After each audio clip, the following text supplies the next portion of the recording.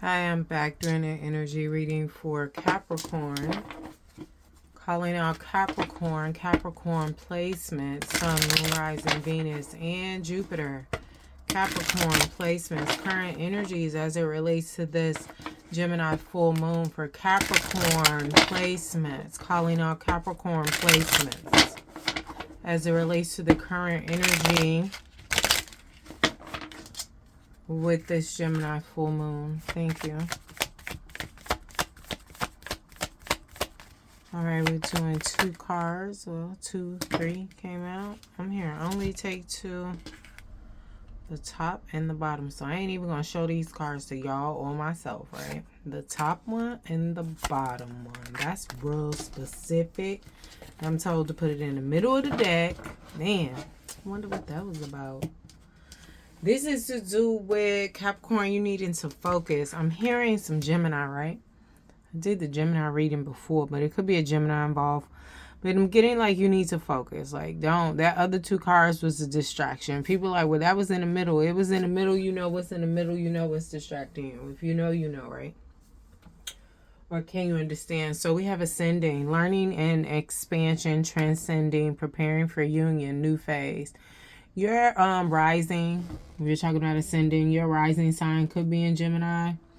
We're calling Sun, Moon, Rising, Venus, and Jupiter, Capricorn. And then we have Phoenix, new phase and rekindle, renew and growth, change mind, rise from the ashes.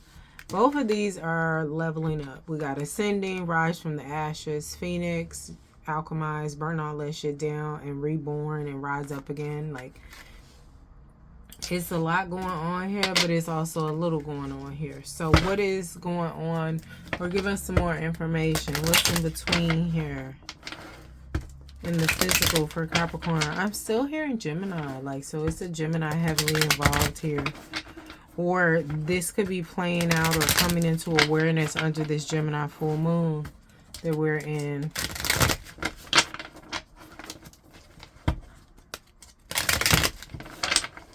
Thank you.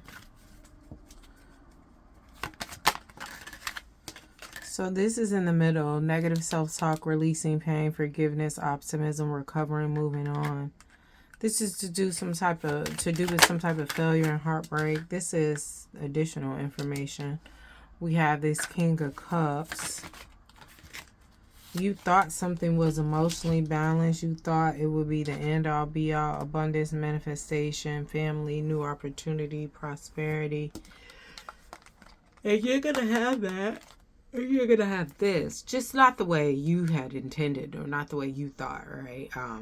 Something you're moving on, you're letting go from. Now I wish I wouldn't have put that in the middle because I want to get into the details, right? But it's like you already know the details. Learning, expansion, transcending, preparing for union, new phase and rekindling, renew and growth, change mind, rise from ashes. You could also have Capricorn or Gemini in your 7th house, right? But also I'm just saying this to say, like, you already know this is, you already been growing, glowing, and leveling up. It's time to continue to. So with that distractions we put back in the middle of the deck, you could have some energy wanting to come in and be a distraction, child.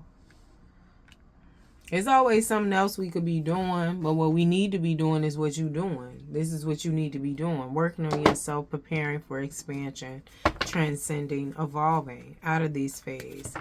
Moving on, recovery. It could be in a deep state of healing, right? What else? Where are they now? Capricorn, currently. Yeah, protection, perseverance, maintaining control. So it's not necessarily in a deep state of healing, but I just feel like you're trying to maintain your peace after healing. Also, just to get some resolve here. There will be other relationships, and I feel like you know that, but this one that put you in this 3 of Swords, but you have moved out of the upright 3 of Swords, and now you're in the 3 of Swords reverse, has let you know there are bigger and better things, and you will have them. This is an old cycle, though, clearing out, and it's really for you to choose yourself. We have 11th house here, the edge. What's in the 11th house? Not Neptune. Neptune is in the 12th house. Let me check because I be forgetting. 11th house is Aquarius, Uranus energy. So an Aquarius could be involved. Uranus right now is in Gemini. Gemini again. Child. Gemini could be in your 7th house. We have fire energy with this flow, this trine energy. This reminds me of the alchemical symbol for fire, right? Aries, Leo, Sag, Capricorn. What else we need to know? And then give us a closing out, a resolution. I'm just hearing something about a revolt. I mean, the 11th house, Uranus, Aquarius. Uranus can be kind of like a revolutionary, right? Their energy. Because you have a rebellion here. And then we have the 2nd house, assets, material world, possessions, finance.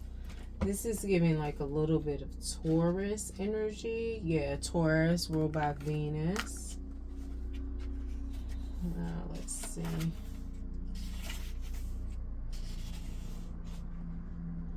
Venus rules the 2nd and the 7th house. Okay, wait, is that true? I'll check that later, but it's giving Taurus energy, right?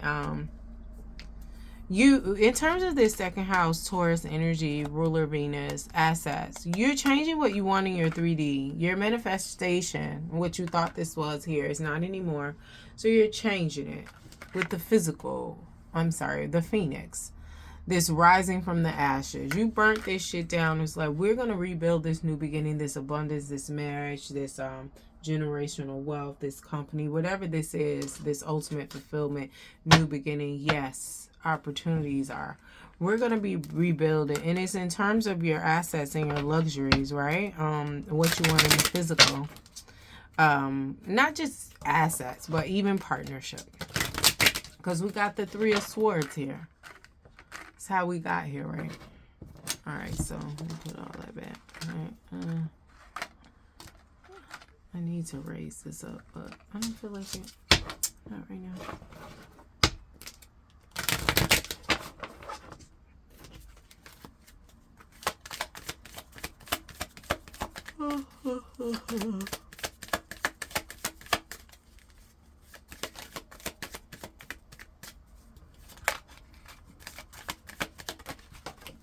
2 cards then popped out. I don't know which came first.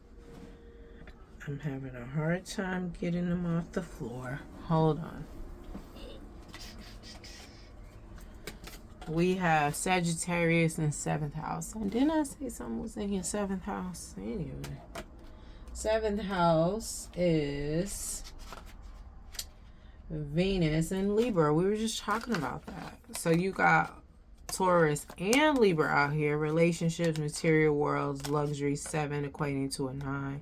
We got a Sagittarius here. Gemini energy, Capricorn. This is to do with expansion, though. In your partnership, in your love, we got Venus again. So it's just giving Venus, Venus, Venus. This is some work you did on yourself due to a love relationship, but in order to acquire a new. I feel like it's happening with yourself as well as partnerships.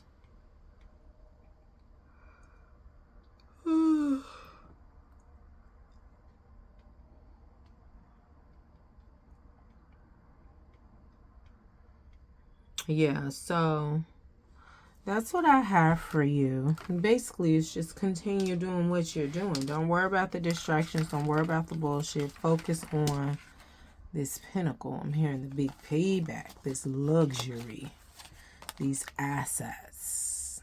All right. Don't forget to like, share, subscribe, and comment.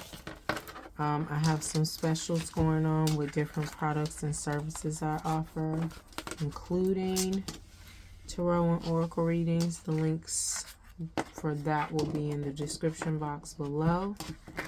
And you can schedule online via my website, energyexchangewellness.com. Thank you.